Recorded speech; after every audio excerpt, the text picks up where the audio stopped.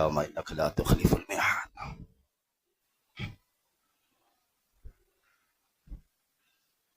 بسم الله الرحمن الرحيم. الحمد لله الواحد الأحد، الحمد لله الملك الفرد الصمد، الحمد لله الذي لم يلد ولم يولد ولم يكن له كفوا أحد. أحمد حمدا كثيرا طيبا أبد العبد، وأشهد أن لا إله إلا الله وحده لا شريك له، خلق كل شيء وقدر رزق كل حي. وأشهد أن سيدنا ونبينا محمدا عبده ورسوله، خاتم النبيين وأفضل خلق الأجمعين. اللهم صل وسلم على سيدنا محمد وعلى آله وأصحابه إلى يوم الدين. أما بعد، فأعوذ بالله من الشيطان الرجيم. بسم الله الرحمن الرحيم. يا أيها الذين آمنوا أنفقوا من طيبات ما كسبتم ومما أخرجنا لكم من الأرض ولا تيمموا الخبيث منه تنفقون ولستم بآخذي إلا أن تؤمنوا فيه واعلموا أن الله غني حميد. صدق الله العظيم. وقال رسول الله صلى الله عليه وسلم: ما من يوم يصبح العباد إلا فيه ملكان ينزلان فيقول أحدهما: اللهم أعط منفقا حلفا، ويقول الآخر: اللهم أعط ممسكا تلفا. رواه البخاري. صدق رسول الله صلى الله عليه وسلم. சர்வ புகழும் புகழ்ச்சியும் சர்வலோகத்தை படைத்து பராமரிக்கும் ஏக வல்லவன் அல்லாஹ் ஒருவனுக்கு என்றும் முறைத்தாகட்டும். அவன் தனித்தவன், இணை துணையற்றவன், என்றும் எப்பொழுதும் எல்லோரினாலும் வணங்கப்பட தகுதியான ஏகன் என்று சாட்சியம் கூறுகின்றேன். சலாத்தும் சலாமும் சத்திய தூதர் சாந்தன் நபி ஸல்லல்லாஹு அலைஹி வஸல்லம் அவர்கள் பேரிலும், அவர்களுடைய வாழ்க்கை வழிநெறிகளை அடியொற்றி வாழ்ந்த வாழக்கூடிய முஃமினான முஸ்லிமான ஆண்கள் பெண்கள் அனைவர்கள் பேரிலும் என்றென்றும் உண்டாவதாக. கண்ணியமும் மகத்துவமும் நிறைந்த ஜுமாவுடைய தினத்தில் இறை கட்டளையாம் ஜுமாவை நிறைவேற்றுவதற்காக நேர காலத்துடன் இறை இல்லம் மஸ்ஜிதுக்கு வருகை தந்து நவைத்துல் இஅ்திகாஃப் ஃபீ ஹாதல் மஸ்ஜித் மா தும்து லில்லாஹி தஆலா, இந்த மஸ்ஜிதில் தரித்திருக்கும் நேரமெல்லாம் அல்லாஹுக்காக தரித்திருக்கிறேன் என்ற தூய நல்லெண்ணத்துடன் நிகழ்த்தப்படும் ஹுத்பா பேருரையை கவனமாக நிதானமாக செவித்தாழ்த்தி தன்னுடைய வாழ்க்கையில் அமல் செய்வதுடன் பிறருக்கும் எத்தி வைக்க வேண்டும் என்ற தூய பரந்த விரிந்த நல்லெண்ணத்துடன் அல்லாஹுடைய மாளிகையில் வீற்றிருக்கும் இஸ்லாமிய பேரன்பு பெருமக்களே, அல்லாஹின் நல்லடியார்களே, ரப்புல் இஸ்ஸத் அல்லாஹ் ஜல்ல ஷானஹு தஆலா மனிதர்கள் உலகத்தில் எவ்வாறு வாழ வேண்டும் என்ற ஏவல்களையும் எவைகளை விட்டு தவிர்ந்து ஒதுங்கிக் கொள்ள வேண்டும் என்ற விலக்கல்களையும் தந்திருக்கிறான். அவனது ஏவல்களை தம் வாழ்க்கையில் எடுத்து நடக்கும் விடயத்திலும் அவனால் விளக்கப்பட்ட தடுக்கப்பட்ட காரியங்களில் முற்றிலுமுற்றாக தவிர்ந்து ஒதுங்கி வாழும் விடயத்தில் அடியனுக்கும் அப்பால் உங்கள் அனைவர்களுக்கும் நான் இறை கட்டளை பிறப்பிக்குகின்றேன், வசியத்தும் செய்து கொள்கிறேன். இஸ்லாமிய பேரன்பு பெருமக்களே, அல்லாஹின் நல்லடியார்களே, ரப்புல் இஸ்ஸத் அல்லாஹ் ஜல்ல ஷானஹு தஆலா நம்மவர்களுக்கு உலகத்தில் உயர்ந்த உன்னதமான விலை மதிப்பற்ற பெருமதி மதிக்க முடியாத உயர்ந்த ஒரு செல்வம், அது இஸ்லாத்துடைய செல்வம். நம் எல்லோருக்கும் அல்லாஹ் உண்மைக்குண்மையாகிய அல்லாஹுவை ஏற்றும் நம்பும் விசுவாசம் கொள்ளும் வணக்கம் புரியும் ஒரு மார்க்கத்தை, இஸ்லாத்தை அல்லாஹ் தந்திருக்கிறான். உலகத்தில் மனிதர்கள் பின்பற்றப்பட தகுதியான ஒரு மார்க்கம் என்றால் அது தீனுல் இஸ்லாம். அல்லாஹ் குர்ஆனில் சொல்லும் பொழுது இன்னத்தீன் இன்தல்லாஹில் இஸ்லாம், அல்லாஹ்விடத்தில் அங்கீகரிக்கப்பட்ட ஒரு மார்க்கம் இருக்குமாக இருந்தால் அது சத்திய சன்மார்க்கம் இஸ்லாம். அதனால்தான் அல்லாஹ் குர்ஆனில் சொல்லும் பொழுது விசுவாசிகளை, அல்லாஹ்வை நம்பியவர்களை அல்லாஹ் விழித்து அல்லாஹ் பேசுகிறான். யா அய்யுஹல்லதீன ஆமனு, ஈமான் கொண்ட விசுவாசிகளே, அல்லாஹ்வை நம்பியவர்களே, நீங்கள் இஸ்லாம் என்ற மார்க்கத்தில், இஸ்லாம் என்ற கோட்பாட்டில் தன்னை பூர்த்தியாக நுழைவித்துக் கொள்ளுங்கள். யா அய்யுஹல்லதீன ஆமனு துஹுலூ ஃபிஸ்ஸில்மி காஃபா, இஸ்லாம் என்ற மார்க்கத்தில் அது பூர்த்தியாக நுழைந்து கொள்ளுங்கள்.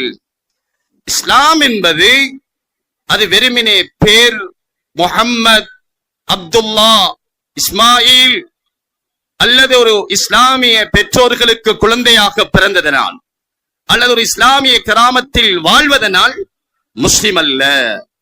நபி அலைஹிஸ்ஸலாம் சொன்னார்கள், இஸ்லாம் என்பது புனியல் இஸ்லாம் அலா ஹம்சின், இஸ்லாமிய மார்க்கம் ஐம்பெரும் கடமைகளை கொண்டு கட்டியெழுப்பப்பட்ட ஒரு அழகான மார்க்கம். எக்காலத்தில் வாழக்கூடியவர்களுக்கும் பொருத்தமான, அழகான, தூய்மையான நல்ல ஒரு வழிகாட்டல். அதில் ஒன்று கலிமா, இரண்டாவது தொழுகை, மூன்றாவது நோன்பு, நான்காவது ஜகாத், ஐந்தாவது ஹஜ்ஜி. அருமையான சகோதரர்களே, பெரியார்களே, கலிமா என்பது ஒரு மனிதன் உலகத்தில் பிறந்ததிலிருந்து மௌத்தாகும் வரைக்கும், ஒரு மனிதன் உலகத்தில் அவதரித்திலிருந்து, பிறந்ததிலிருந்து மௌத்தாகும் வரைக்கும் நான் ஒரு இஸ்லாமியன், ஒரு மோமின், ஒரு முஸ்லிம், அல்லாஹ்வை நம்பியவன் என்ற கோட்பாட்டில், என்ற எண்ணத்தில் வாழ வேண்டும்.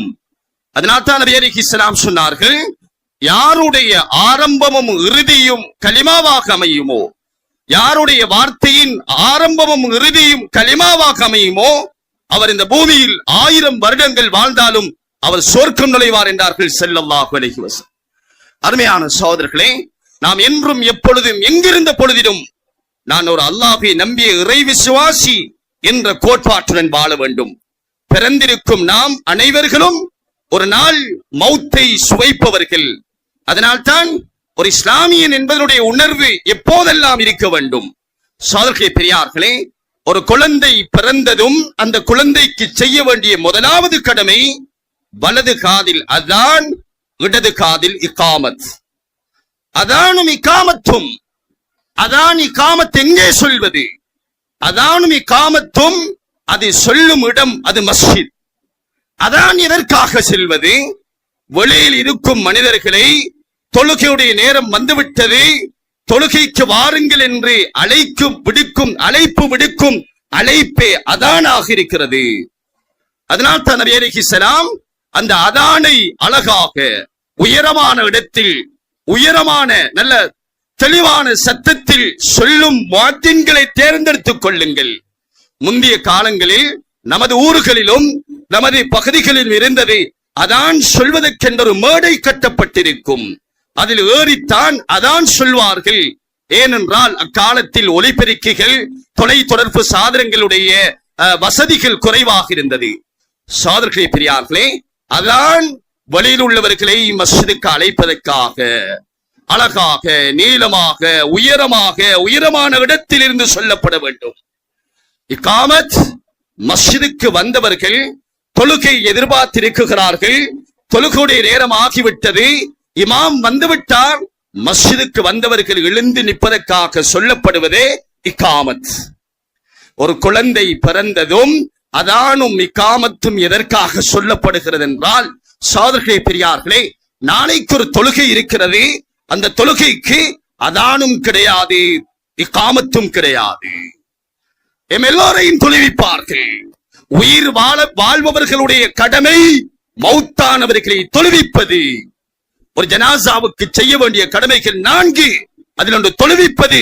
அந்த தொழுகைக்கு அதானும் கிடையாது, இகாமத்தும் கிடையாது என்றால் என்ன அர்த்தம் சகோதரர்களே? நான் பிறந்ததும் எனக்கு அதான் சொல்லப்பட்டு விட்டது, இகாமத் சொல்லப்பட்டு விட்டது, தக்பீர் கட்டும் நேரம் மட்டுமே பாக்கியாக இருக்கிறது. நான் என்றும் மௌத்துடைய சிந்தனையில் வாழ்ந்தால் இந்த உலகத்தில் அல்லாஹ்வுடைய அடிமையாக வாழ முடியும், அல்லாஹ்வுடைய அடிமையாக வாழ முடியும். அதானும் சொல்லப்பட்டு விட்டது, இகாமத்தும் சொல்லப்பட்டு விட்டது, எனக்காக தக்பீர் சொல்லும் நேரமே பாக்கியாக இருக்கிறது. சகோதரர்களே பெரியார்களே, ஒரு மனிதன், ஒரு முஸ்லிமுடைய கடமை 5, அதில் கலிமா என்றும் எப்பொழுதும் ஈமானுடைய சிந்தனை. அல்லாஹ் என்னை பார்த்து கொண்டிருக்கிறான். இபாதத் என்பது வெறுமே தொழுகையும் நோன்பும் ஹஜ்ஜும் உம்ராவும் துஆவும் மட்டுமல்ல சகோதரர்களே. நான் தனிமையில், இரவில், இருளில், உள்நாட்டில், வெளிநாட்டில், கடலில், தரையில், வயலில் எங்கிருந்தாலும் என்னை அல்லாஹ் உற்று நோக்கிக் கொண்டிருக்கிறான். நபி அலைஹிஸ்ஸலாம் வணக்கம் என்பதற்குரிய வரைவிலக்கணத்தை சொல்லும் பொழுது, அன்த அப்துல்லாஹ் கஅன்னக தரா ஃபஇன் லம் தகுன் ஃபஇன்னஹு யராக். எப்பொழுதும் உலகத்தில் வாழும் பொழுது நீ அல்லாஹ்வை பார்த்து கொண்டிருப்பது போல என்னுடைய சொல், செயல், அங்கீகாரம், எழுத்து, எண்ணம், நடை, உள்ளத்தில் உருவாகும் எண்ணத்தையும் அல்லாஹ் உற்று நோக்கிக் கொண்டிருக்கிறான். அன்த அப்துல்லாஹ் கஅன்னக தரா ஃபஇன் லம் தகுன். உன்னால் அந்த சிந்தனை ஏற்படுத்திக் கொள்ள முடியவில்லை, நீ அல்லாஹ்வை பார்ப்பது போல. ஃபஇன் லம் தகுன் ஃபஇன்னஹு யராக். அவன் என்னை உற்று நோக்கிக் கொண்டிருக்கிறான், என்னை அவதானித்துக் கொண்டிருக்கிறான். எனது அனைத்து சொல்லும், செயலும், செயற்பாடுகளும் என்னுடைய பட்டோலையில் பதிவு செய்யப்பட்டுக் கொண்டிருக்கிறது. குர்ஆன் சொல்லுகிறது, மா யல்ஃபிது மின் கௌலின் இல்லா லதைஹி ரகீபுன் அதீத். ஒவ்வொரு மனிதர்களுடனும் அல்லாஹ் 2 மலக்கை வைத்திருக்கிறான். ரகீப், அதீத் என்று சொல்லக்கூடிய 2 மலக்குகள் ஒவ்வொரு மனிதர்களுடனும் 24 மணி நேரங்களும் இருந்து கொண்டிருக்கிறார்கள். நான் அறையில், ஊரில், உள்நாட்டில், வெளிநாட்டில், இரவில், பகலில், எங்கிருந்த பொழுதிலும், நாம் உறங்கும் பொழுதும் அந்த மலக்குகள் என்னுடன் இருந்து கொண்டிருக்கிறார்கள். கியாமத்துடைய நாளையில் அல்லாஹ் சொல்லும் பொழுது, வகுல்ல இன்சானின் அல்ஸம்னாஹு தாயிரஹு ஃபீ உனுகிஹி வனுக்ரிஜ லஹு யௌமல் கியாமத்தி கிதாபை யல்காஹு மன்ஷூரா. இக்ரா கிதாபக் கஃபா பினஃப்ஸிக அலைக யௌம ஹஸீபா. கியாமத்துடைய நாளையில் ஒவ்வொருடைய பட்டோலை, அவர்களுடைய பிடரியில் இருக்கும் பட்டோலை அது விரிக்கப்படும், பரத்தப்படும். அல்லாஹ் சொல்லுவான், அடியானே இக்ரா கிதாபக், உன்னுடைய பட்டோலையை நீயே படித்துப் பார். கஃபா பினஃப்ஸிக அலைக யௌம ஹஸீபா. இன்றைய நாள் உனக்கு கேள்வி கணக்கு கேட்பதற்கு அதுவே போதுமானதாகும். சகோதரர்களே பெரியார்களே, இஸ்லாம் ஒரு அழகான, பூர்த்தியான, தூய்மையான மார்க்கம். அதனால் தான் அல்லாஹ் சொல்லும் பொழுது, உலகத்தில் பின்பற்றப்பட தகுதியான ஒரு மார்க்கம் இஸ்லாமிய மார்க்கம். இஸ்லாம் என்ற மார்க்கத்தில் பூர்த்தியாக நுழைந்து கொள்ளுங்கள். இஸ்லாம் என்பது நபி அலைஹிஸ்ஸலாம் சொன்னார்கள், 50 கடமைகள், கலிமா, தொழுகை, நோன்பு, ஜகாத், ஹஜ் என்ற 50 கடமைகள். சகோதரர்களே பெரியார்களே, கலிமாவுடைய கடமை பிறந்ததிலிருந்து மௌத்தாகும் வரைக்கும். தொழுகையுடைய கடமை நான் பருவ வயதை அடைந்து புத்தி சுவாதனம் உள்ளவனாக இருந்து சுத்தம் உள்ளவனாக இருந்தால் கடலில், தரையில், உள்நாட்டில், வெளிநாட்டில், மணலில், ஆகாயத்தில் பறக்கும் நேரமெல்லாம் ஒவ்வொரு நாளும், நாளாந்தம், தினந்தோறும் 5 நேரங்கள் தொழுகை நிறைவேற்றுவது கடமை. நோன்பு அது ஒரு வருடத்தில் 1 மாதம் நிறைவேற்ற வேண்டிய கடமை. ஹஜ்ஜி ஆயுளில் 1 விடுத்தம் நிறைவேற்றப்பட வேண்டிய கடமை. அதே போன்ற ஒரு கடமைதான் ஜகாத்துடைய கடமை. தொழுகை, நோன்பு என்பது அது உடலுடன் நிறைவேற்றப்படும் வணக்கம். கலிமா என்பது அது உள்ளத்துடன் சம்பந்தப்பட்ட வணக்கம். ஹஜ் என்பது உடலும் பொருளும் சார்ந்த வணக்கம்.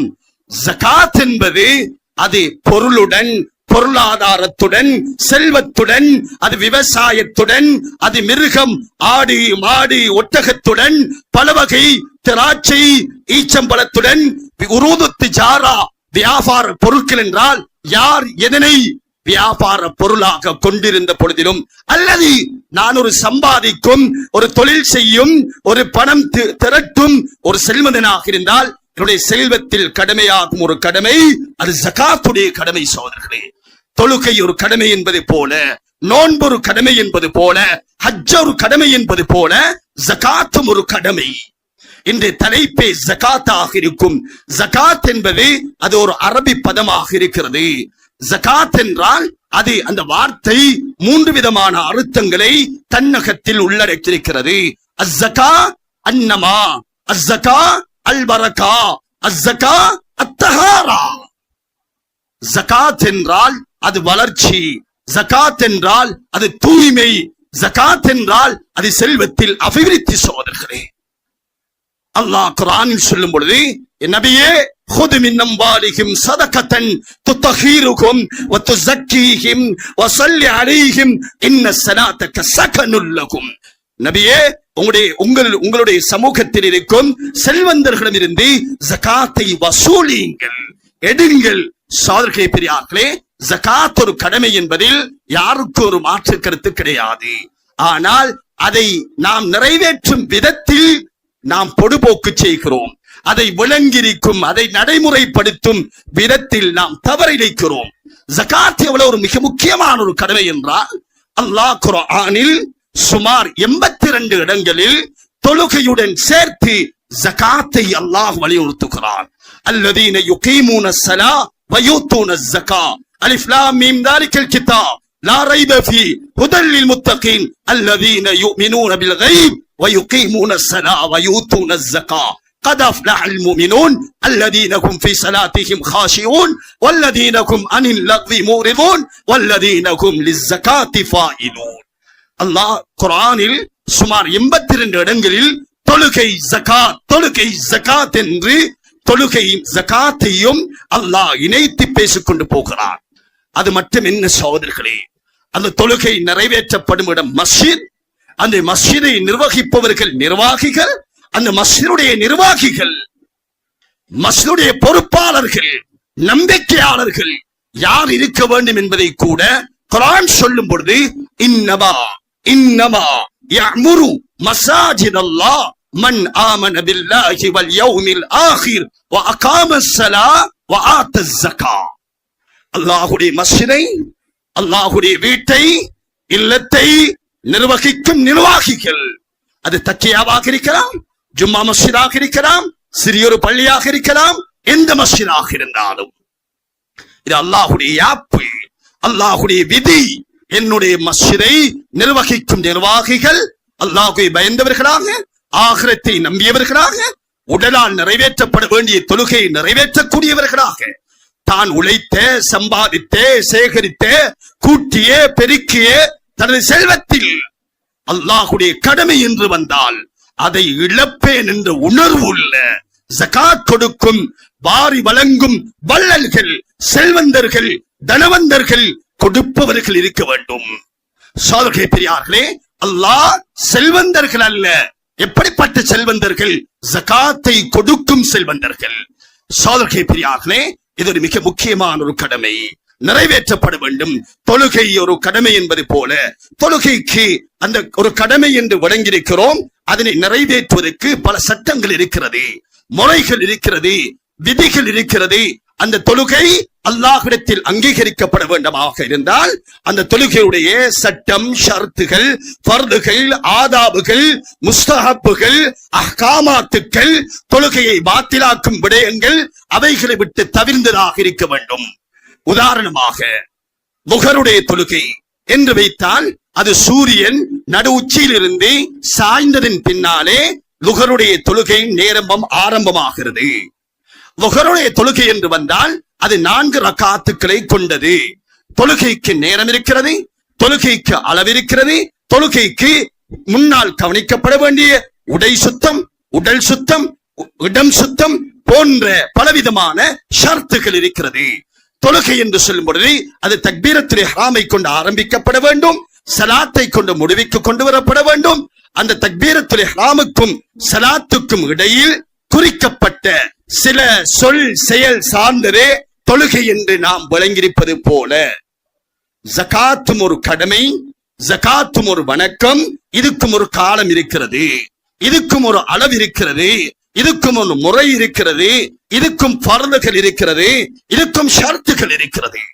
சகோதரர்களே பெரியார்களே, பலர்களும் இந்த ஜகாத் என்பதை நாம் விளங்கியிருக்கிறோம், கொடுப்பதெல்லாம் ஜகாத் என்று. சகோதரர்களே பெரியார்களே, கொடுக்கும் விதத்தில் பல வகைகள் இருக்கிறது. ஒன்றிருக்கிறது நஃபகா, இன்னொன்றிருக்கிறது சதகா, இன்னொன்றிருக்கிறது ஹதியா, இன்னொன்றிருக்கிறது அத்தியா, இன்னொன்றிருக்கிறது மகர், இன்னொன்றிருக்கிறது அது ஹிபா. கொடுக்கிறதில் பல வகைகள் இருக்கிறது. சதகா என்பது வேறு, நஃபகா என்பது வேறு, மகர் என்பது வேறு, ஹிபத் என்பது வேறு, ஹதியா என்பது வேறு, ஜகாத் என்பது வேறு. சோதர்களே, சதகாவுக்கும் ஜகாத்துக்கும் வித்தியாசம் இருக்கிறது. சோதர்களே பெரியார்களே, எவ்வாறு தொழுகையில் ஃபர்லான தொழுகை 5 இருக்கிறது, இது போக அந்த ஃபர்லுக்கு முன்னால் சுன்னத்துக்கள் இருக்கிறது, இது போக துஹாவுடைய தொழுகை இருக்கிறது, அவ்வாபினுடைய தொழுகை இருக்கிறது, வித்ருடைய தொழுகை இருக்கிறது, தஹஜ்ஜத்துடைய தொழுகை, இதுவெல்லாம் தொழுகை. ஆனால் அனைத்தும் ஒன்று கிடையாது. இதே போல சகோதரர்களே பெரியார்களே, ஜகாத், இது ஜகாத்துக்குரிய சுருக்கமான வரைவிலக்கணம் சொல்வதாக இருந்தால், இது குறிக்கப்பட்ட பொருளில் குறித்த அளவே குறிக்கப்பட்ட காலத்தில் விதியாகும். இந்த ஜகாத்தை குறித்த நபர்களுக்கே பகிர்ந்தளிக்கப்பட வேண்டும். சகோதரர்களே பெரியார்களே, லுஹருடைய தொழுகை உதாரணமாக 12:25 மணிக்கு என்று வைத்துக் கொண்டால், ஒருவர் பயணம் போக போகிறார், அவருக்கான விமானம் அல்லது பேருந்து அதனுடைய மணி 12 மணி. நான் பஸ்ஸில் அல்லது பிளைட்டில் ஏறினால் தொழுகை கிடைக்காது என்பதற்காக 12 மணிக்கு முன்னால் ஒருவர் லுஹரை தொழுதுவிட்டு போக முயற்சிக்கிறார், தொழுகிறார். அவருடைய தொழுகை நிறைவேறப்பட மாட்டாது. இன்ன ஸலாத்த கானத் அலல் முஃமினீன கிதாபன் மஅகூதா. தொழுகை நேரம் நிர்ணயிக்கப்பட்டது, உரிய நேரத்தில் தான் தொழுதாக வேண்டும். பயணத்துக்கு ஏற்ற மாதிரி தொழுகையை மாற்றுவதல்ல, தொழுகைக்கு ஏற்ற மாதிரி பயணத்தை மாற்ற பழக வேண்டும். எமது வசதிக்கு மார்க்கத்தை மாற்றுவதல்ல, மார்க்கத்துக்கேற்ப நான் வாழ பழகுவதே மார்க்கம். சகோதரர்களே, ஒருவர் ஃப்ரீயாக இருக்கிறார், நேரம் மீதமாக இருக்கிறது, லுஹருடைய தொழுகை 4 ரக்காத்துக்கள், நான் 8 ரக்காத் தொழ போகிறேன் அல்லது 10 ரக்காத் தொழ போகிறேன் என்று தொழுகிறார். அவருடைய லுஹருடைய தொழுகை அது நிறைவேற மாட்டாது. லுஹருடைய தொழுகை அது 4 ரக்காத்துக்களை கொண்டது. லுஹருடைய தொழுகை உரிய நேரத்துக்கு நிறைவேற்றப்பட வேண்டும், உரிய நேரத்துக்கு முன்னால் தொழுது முடிக்கப்பட வேண்டும். அசருடைய நேரத்தில் வந்து இப்போதுதான் எனது வேலைகள் சோழிகள் வேலைகள் முடிந்துவிட்டது, ஃப்ரீயாக இருக்கிறேன், லுஹரை அசரை மகரிபை சேர்த்து கூடுதலான ரக்காத்துக்கள் தொழுகிறார். அவருடைய தொழுகை கலா, நேரம் தவறிய தொழுகை, அதற்காக தண்டிக்கப்படுவார். சகோதரர்களே பெரியார்களே, இதே போல ஜகாத் என்பது அது குறித்த பொருளில் குறித்த அளவு குறித்த காலத்தில் விதியாகும். அதனை குறிக்கப்பட்ட நபர்களுக்கே பகிர்ந்தளிக்கப்பட வேண்டும். அருமையான சகோதரர்களே பெரியார்களே, ஜகாத் இதனுடைய சட்டங்களை வெறுமனே ஒரு ஹுத்பாவில் குறுகிய ஒரு அரை மணி நேரத்தில் விரிவாக தெளிவாக பேசி முடிக்க முடியாது. ஒவ்வொருவர்களும் நினைக்க வேண்டும், அல்லாஹ் தனக்கு தந்திருக்கும் செல்வங்கள், வசதிகள், வாய்ப்புகள். பொதுவாக நான் என்றும் எப்பொழுதும் சொல்வது, ஒரு தலைப்பில் ஹுத்பா நடைபெற்றால் அல்லது ஒரு பயான் அல்லது ஒரு மார்க்க சொற்பொழிகள் நடைபெற்றால் அதை செய்ய வேண்டிய செயற்பாடாக இருக்கலாம், அல்லது பாவத்தின் விளைவுகள் இதை விட்டு தவிர்த்து கொள்ள வேண்டும் என்ற தலைப்பில் நிகழ்த்தப்பட்டாலும் அதை நான் வாழ்க்கையில் அமல் செய்ய வேண்டும். ஹஜ்ஜுடைய ஹுத்பா ஓதப்படுகிறது, இன்ஷா அல்லாஹ் நானும் ஹஜ்ஜி செய்வதுதான். ஜகாத்துடைய ஹுத்பா ஓதப்படுகிறது, இன்ஷா அல்லாஹ் நான் ஜகாத் கொடுக்கிறது தான். அல்லது மதுபானம், வட்டி, விபச்சாரம், கொலை, களவு, இதனுடைய தவறு, இதனுடைய வெளிப்பாடு, இதனுடைய பாரதூரம் ஓதப்படுகிறது, சொல்லப்பட்டால் இன்ஷா அல்லாஹ் வாழ்க்கையில் நான் என்றால் இது செய்வது கிடையாது என்ற உறுதியுடன், நம்பிக்கையுடன், ஆத்திரத்துடன், ஆழமான எண்ணத்துடன் கேட்கும் பொழுது அதை நிறைவேற்றும் பாக்கியத்தை அல்லாஹ் தந்து விடுவான். சகோதரர்களே பெரியார்களே, சொல்ல வந்தது ஒரு குத்துபாவில் இந்த ஜகாத் என்ற தலைப்பை ஓதி முடிக்க முடியாது.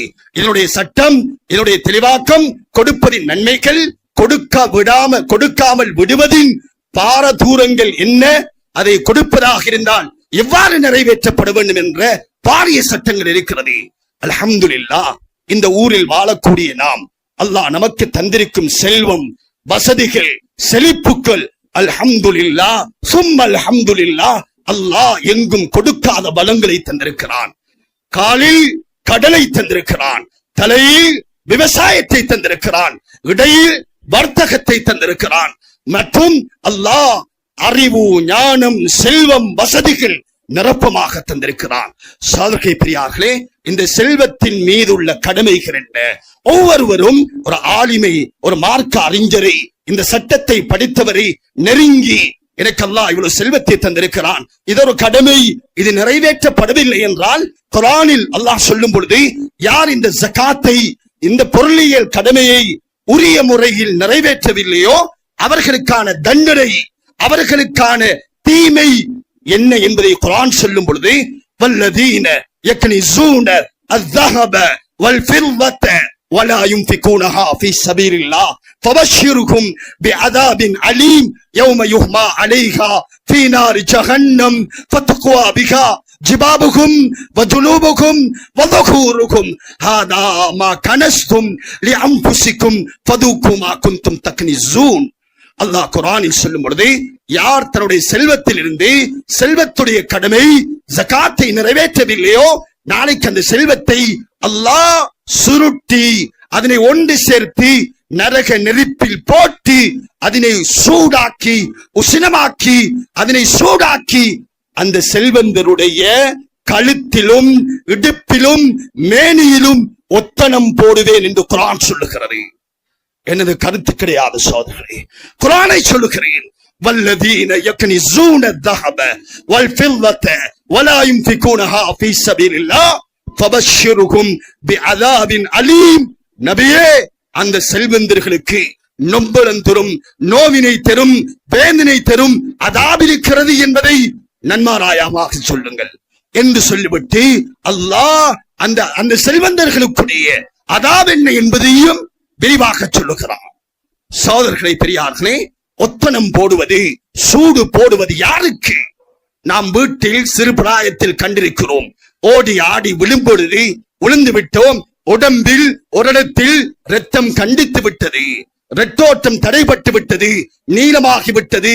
எமது பெற்றோர்கள், முதியவர்கள் சுடுசாம்பல், சுடுசோத்தை எடுத்து அந்த இடத்தில் ஒத்தனம் போடுவார்கள், அந்த இரத்தத்தை கரைப்பதற்காக, அந்த இடத்தில் நோவினை இல்லாமல் போவதற்காக.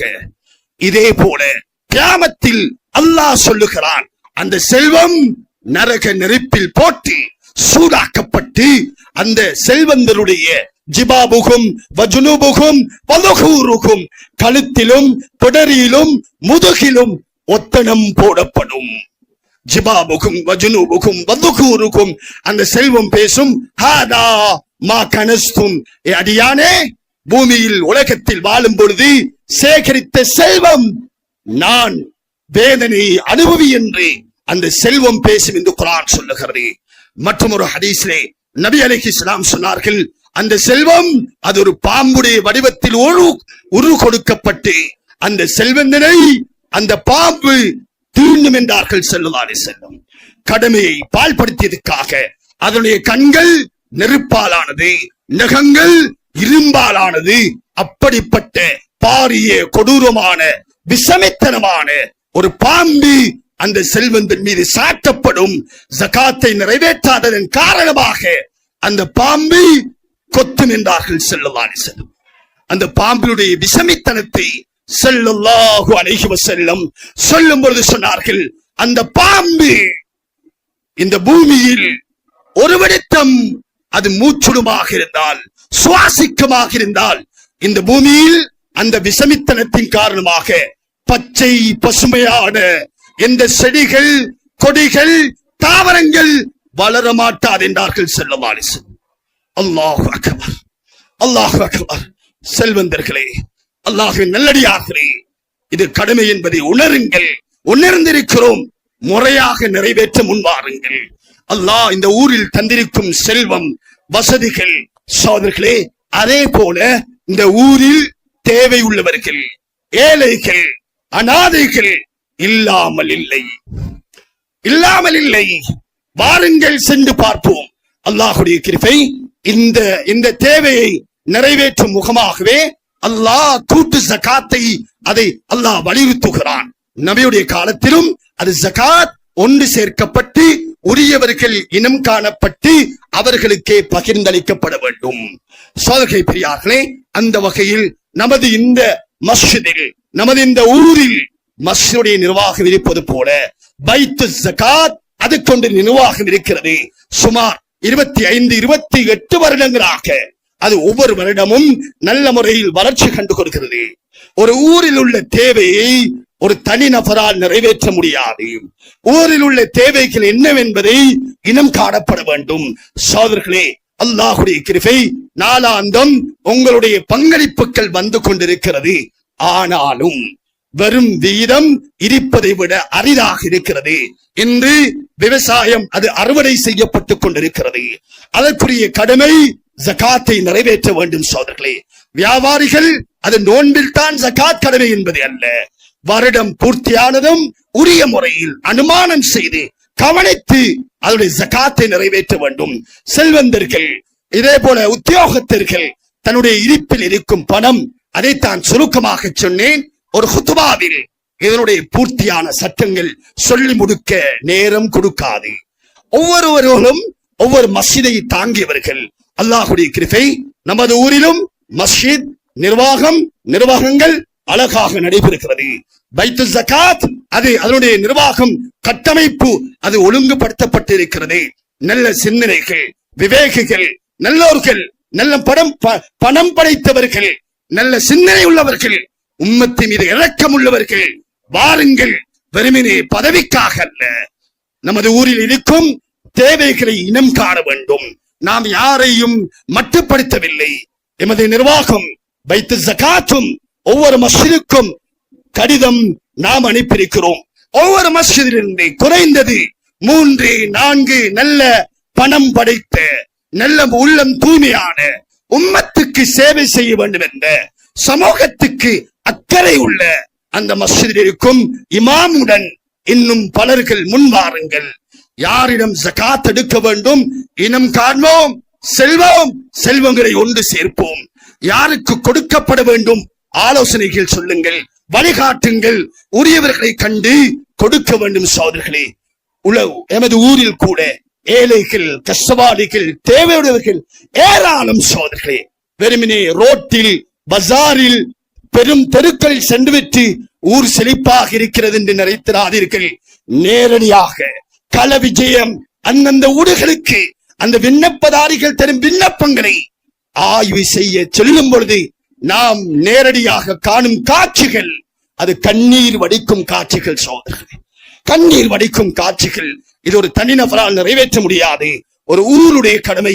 அல்லாஹுடைய கிருபை, நல்ல நிர்வாகம் வந்திருக்கிறது. நாமும் எமது செல்வங்களை ஒரு பகுதியாவது உரிய முறையில் கணிப்பீடு செய்து வைத்து ஜகாத்துக்கு கொடுத்து அதன் மூலமாக எமது ஊரில் உள்ள தேவையானவர்கள் இனம் கண்டு கொடுக்க வேண்டும். இரண்டாவது, பொதுவாக எங்கு வரும்பொழுதும் ஒரு சேவையாளர்கள், ஒரு தொண்டர்கள், பணியாளர்கள் களப்பணியில் இருந்து கொண்டு வரும்பொழுது அதற்கு எதிர்ப்பான சில சக்திகள், எழுத்தாளர்கள், சில ஆய்வாளர்கள் இருந்து அவர்கள் செய்வதும் இல்லை, செய்பவர்களை விடுவதும் இல்லை. அங்கும் இங்கும் பேஸ்புக்கிலும் வாட்ஸ்அப்பிலும் குழுமங்களிலும் கீறி கிளிக்காதீர்கள். உண்மைகள், தெளிவுகள், யதார்த்தம் தேவையாக இருந்தால் மஸ்ஜிதுடைய நிர்வாகம் இருக்கிறது, பைத்து ஜகாத்துடைய நிர்வாகம் இருக்கிறது, ஒவ்வொரு பள்ளியுடைய நிர்வாகம் இருக்கிறது. நான் எப்பொழுதும் நலவு செய்யக்கூடியவனாக இருக்க வேண்டும் அல்லது நலவு செய்பவர்களுக்கு உதவியாளர்களாக இருக்க வேண்டும். வெறுமனே தான் தின்பதும் இல்லை, திங்க விடுவதும் இல்லை என்ற நிலைப்பாட்டில் இருக்கக்கூடாது. நபி அலைஹிஸ்ஸலாம் சொன்னார்கள், மனிதர்களில் சிறந்தவர் யார் என்றால் கைருன் நாஸ் அன்ஃபஹும் லின்னாஸ், மனிதர்களில் சிறந்தவர் மக்களுக்கு பிரயோசனம் உள்ளவர். அல்லாஹ் அறிவை தந்திருக்கிறான். செல்வத்தை தந்திருக்கிறான், வளத்தை தந்திருக்கிறான், வாழ்க்கையை தந்திருக்கிறான். எமக்கு தந்திருக்கும் ஒவ்வொரு வளங்களும் சமூகத்துடைய மேம்பாட்டுக்காக, உயர்வுக்காக, நலவுக்காக. அது சிந்தனையாக இருக்கலாம், செல்வமாக இருக்கலாம், நேரமாக இருக்கலாம், நல்ல யோசனைகளாக இருக்கலாம். கொடுங்கள், எமது ஊரை செழிப்பாக்குவோம், அல்லாஹுடைய கடமை நிறைவேற்றுவோம், செல்வங்களை பாதுகாப்போம். வல்லவன் அல்லாஹ் இந்த கடமையை பூர்த்தியாக வழங்கி நிறைவேற்றக்கூடிய பாக்கியத்தை நம் அனைவர்களுக்கும் தந்தல்வானாக. யா அல்லாஹ் நமது பாவங்களை மன்னிப்பாயாக, குற்றம் குறைகளை மன்னிப்பாயாக. யா அல்லாஹ் அந்த ஊரை முழு நாட்டுக்கும் முழு உலகத்துக்கும் நல்லொரு முன்மாதிரியான இஸ்லாமிய விழுமியங்கள் பூர்த்தியாக நிறைவேற்றப்படக்கூடிய நல்லொரு கிராமமாக எமது கிராமத்தை கபூல் செய்வாயாக. இந்த ஊரில் வாழும் அனைத்து முஸ்லிம்களுக்கு ரஹ்மத் செய்வாயாக. யா அல்லாஹ் ஒற்றுமையை ஏற்படுத்துவாயாக. முழு உலக முஸ்லிம்களுக்கு உதவி செய்வாயாக. இஸ்லாத்தை முஸ்லிம்களை பாதுகாப்பாயாக. வ ஆகிர தஅவானா அல்ஹம்துலில்லாஹி ரப்பில் ஆலமீன்.